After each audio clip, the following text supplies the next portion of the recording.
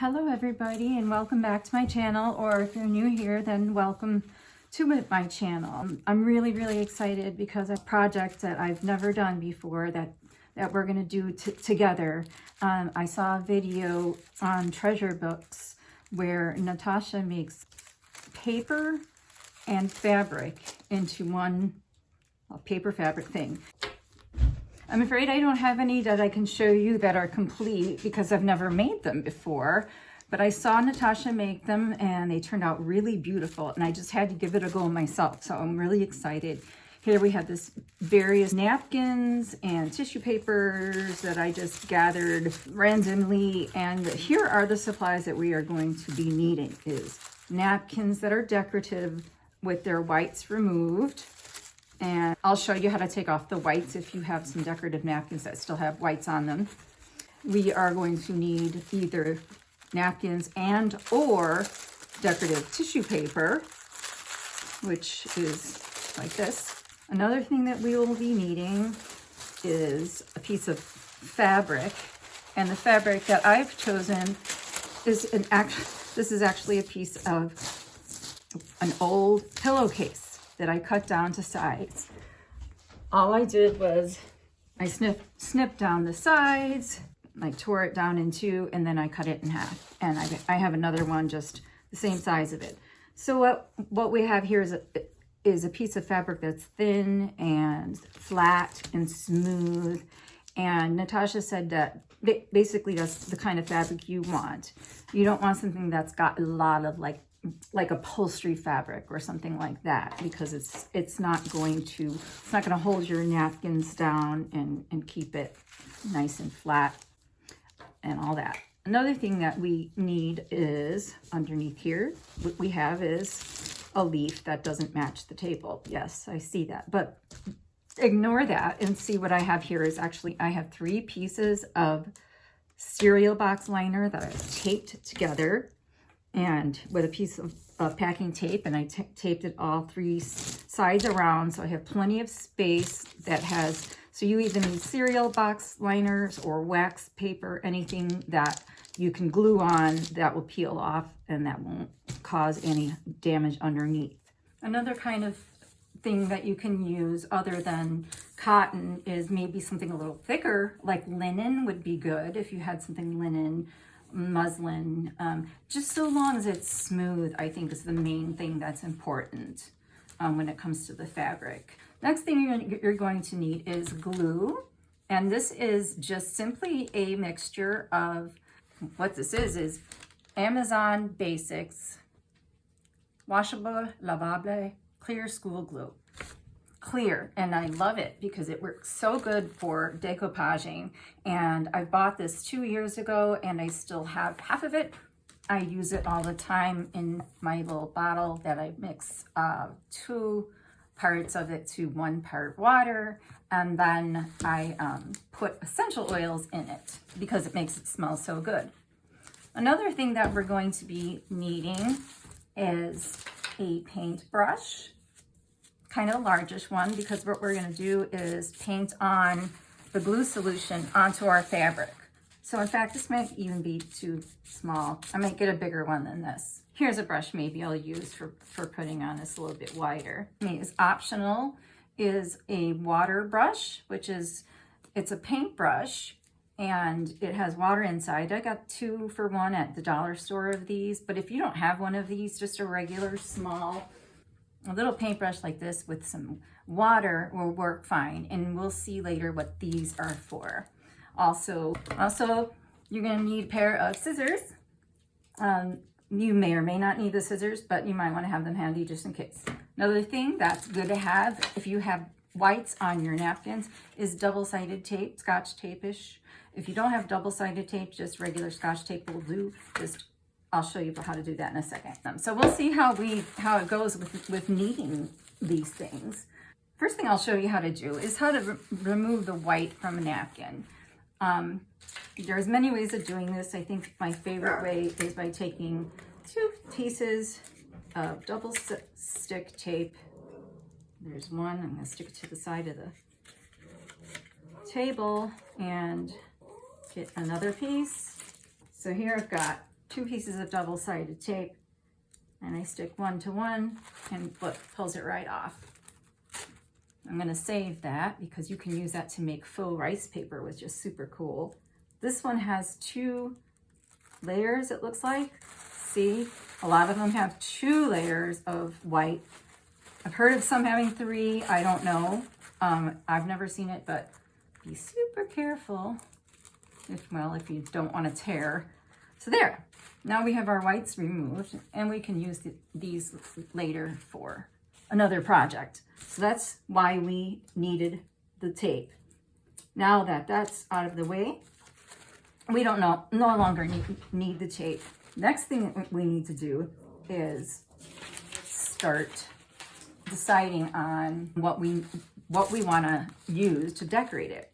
What she did was she just started taking pieces and kind of tearing them into strips and laying them down kind of randomly. But the first thing that she did was to she saturated the cloth with the glue solution. So I'm going to do that first, and then we can decide what we want our decorations to be as we continue. Try to make sure that your cloth is all the way on your non-stick surface so that it doesn't stick to your table or anything that you don't want to get glue on, because very big messy looking project. Now that I'm seeing it, I am actually going to, I'll speed this part up because I am seeing that this is probably going to take some time. Yep, the cats always want to be part of the action, which when I'm filming isn't always the best thing. Of course, they don't care. Well, I guess this doesn't take too long, really at all. If you had your glue in like a cup or something like that, you wouldn't obviously have spread it around using the nozzle. You would just have maybe poured it on or used your paintbrush to dip it, and then you just let it kind of saturate your whole piece of cloth. Yeah, that was good. And since I have that lemon essential oil in there that I had mentioned, smells delicious. It smells really, really good. So now it's prepped and ready to go. And what she did was she just kind of took pieces and tore them and laid them down in strips. And so that's what I'm going to do, sort of do the same thing. And then what she did would make sure that they're nice and flat, unless you want crinkles. If you want crinkles, then it's okay to have crinkles, but what you really want to not have is bubbles. So go ahead and carefully lay your napkin or your tissue paper down, and it's okay if there's some crinkles and some wrinkles. Nothing wrong with those. You just want to make sure that you don't have any bubbles, because they'll crack and then it'll start to flake off, and it'll cause, it will cause an area that's damaged looking. So there's one here. We're just kind of going as flying by the seat of our pants here. Now here's where you could also be using your scissors to cut pieces if you wanted to make certain different shapes or different designs with your napkins and tissue paper. You can use your scissors. You can use your paintbrush or water paintbrush to paint around the design. I kind of really kind of just prefer winging it, and winging it. Ha! Speaking of winging it, this one, this is gorgeous. I really like this one a lot. So then just kind of laying them down, is what she did, is what I'm doing, and taking a little bit more glue and gluing them down into place. Okay, I can see now that the camera field of vision doesn't stretch as far as I was shooting, and I apologize for that. And so some of this might be out of green. I'm gonna go ahead and try to reproduce a part that I had done before, and that was using the water paintbrush to make a design. You really need a flat surface, and I don't have one right now. But what you do is on the flat surface, you trace around the design that you want to have, and then very gently tear it so that it gives you a nice jagged look that's kind of natural, but you still have the design you wanted. Say, for instance, this flower. So there. So that's how that's how you would use your paintbrush in this situation. Since I'm mostly just tearing and laying things down as I go, I'm kind of going to forego the scissors shaping type thing, and since I don't have a flat surface to use anymore, I can't really do what I was doing. So that's one thing I've learned, is that isn't going to work unless I have another flat surface beside me, which I don't. So we learn that together. So this one here, I am just going to tear one of the corners off and lay it down. And I think it looks starting to look really nice. And you see how it starts to blend in, and it's like you're gonna have this piece of cloth or this paper cloth is, I don't know if it's paper or cloth, but it's paper cloth, and it's gonna be like translucent in this case. I'm really, really liking the looks of this so far. Obviously very randomly patterned and doesn't maybe match everything, but that's okay. We're just kind of figuring it out as we go, and seeing how things look. Because seems like every napkin I pick up, or every piece of tissue paper I pick up and choose, turns out to be beautiful in its own way. So even though this entire piece of fabric may not match or be cohesive in any way, that doesn't matter to me, because to me, I am just having fun. If you care, about things like that like matter, that like colors matching and patterns and stuff, then by all means, you can pick out carefully your designs. You can carefully choose how you want your layout to be. That might be really, really good to do. Say if you're going to make this into a junk journal cover, and if you have something in mind, something really beautiful in mind, that would be a really neat idea to do. There's just a million and one ways you could do that. And, if you had a color theme or a floral theme with a certain flower, and you have, you don't even really need that many napkins. You don't need anything that's not at your house already. You don't have to purchase anything for this. And that's one of the things I love about this project. As I'm seeing, it looks like I'm running out of space. And do I have anything else I can lay down on here? I'm not really sure what's still in frame here, because I checked and it looked like a lot of it that I was trying to film wasn't in frame. Not being able to see the camera from where I'm filming is frustrating. I'm still trying to learn as I go. But I'm going to go ahead and fill this up, this piece of cloth, with the napkins and tissue, whatever visible to the camera, I will add to the video. Whatever is not, I will delete from the video. Meantime, I will stop talking and just continue gluing until I'm done, and then I'll come back and say hello. Quick word, I noticed that this piece of tissue paper did not become clear the way these other napkins did. Neither did this tissue paper. So the tissue paper is definitely not as translucent as your napkins are going to be. Napkins see-through, tissue paper not see-through. That's one thing I'm learning now.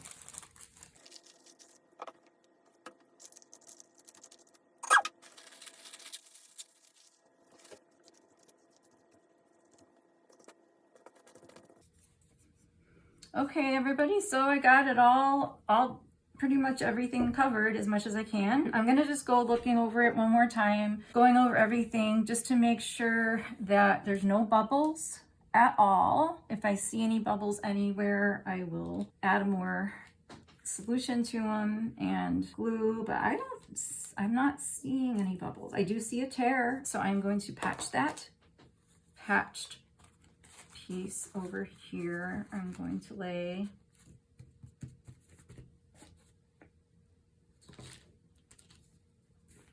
I'm going to be gentle. You don't need to be super gentle, but be gentle because it is napkin after all.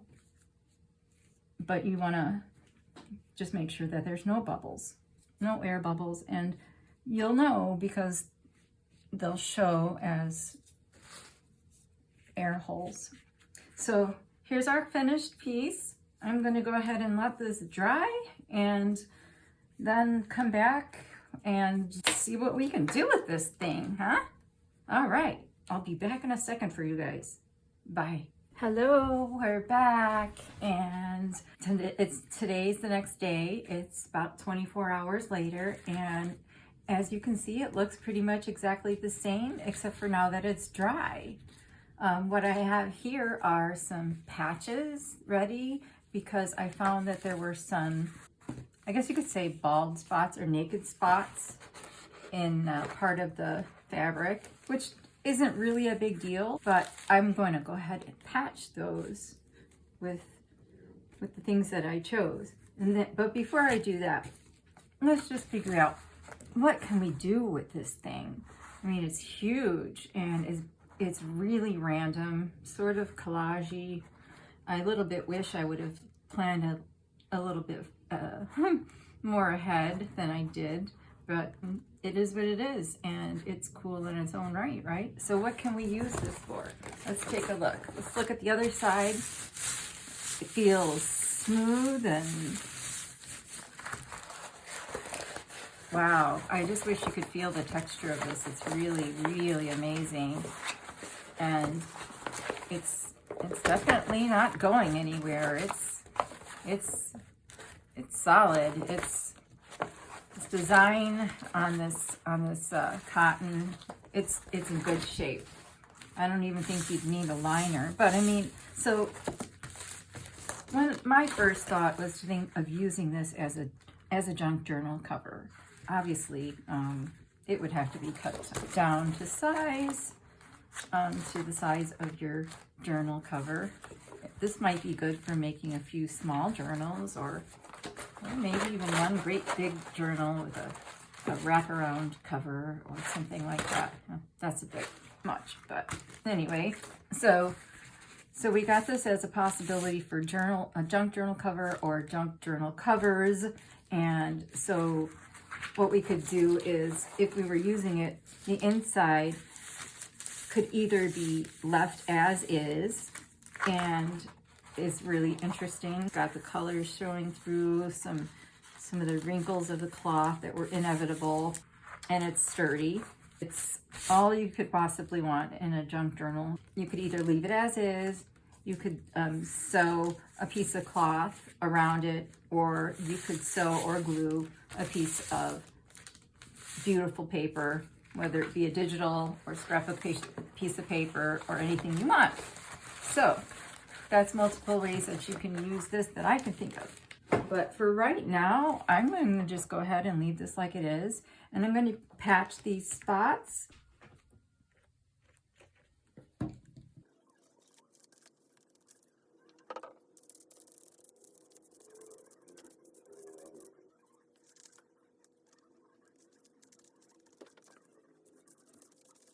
All right, so I got all those little areas patched. We'll move on to the next project next time, and let me know what you thought of this, and if you have any ideas of what we could possibly do with something like this, because I think it's really neat, and I'm up for ideas. Well, thank you, and I hope you'll like and subscribe. So again, thank you. Bye-bye.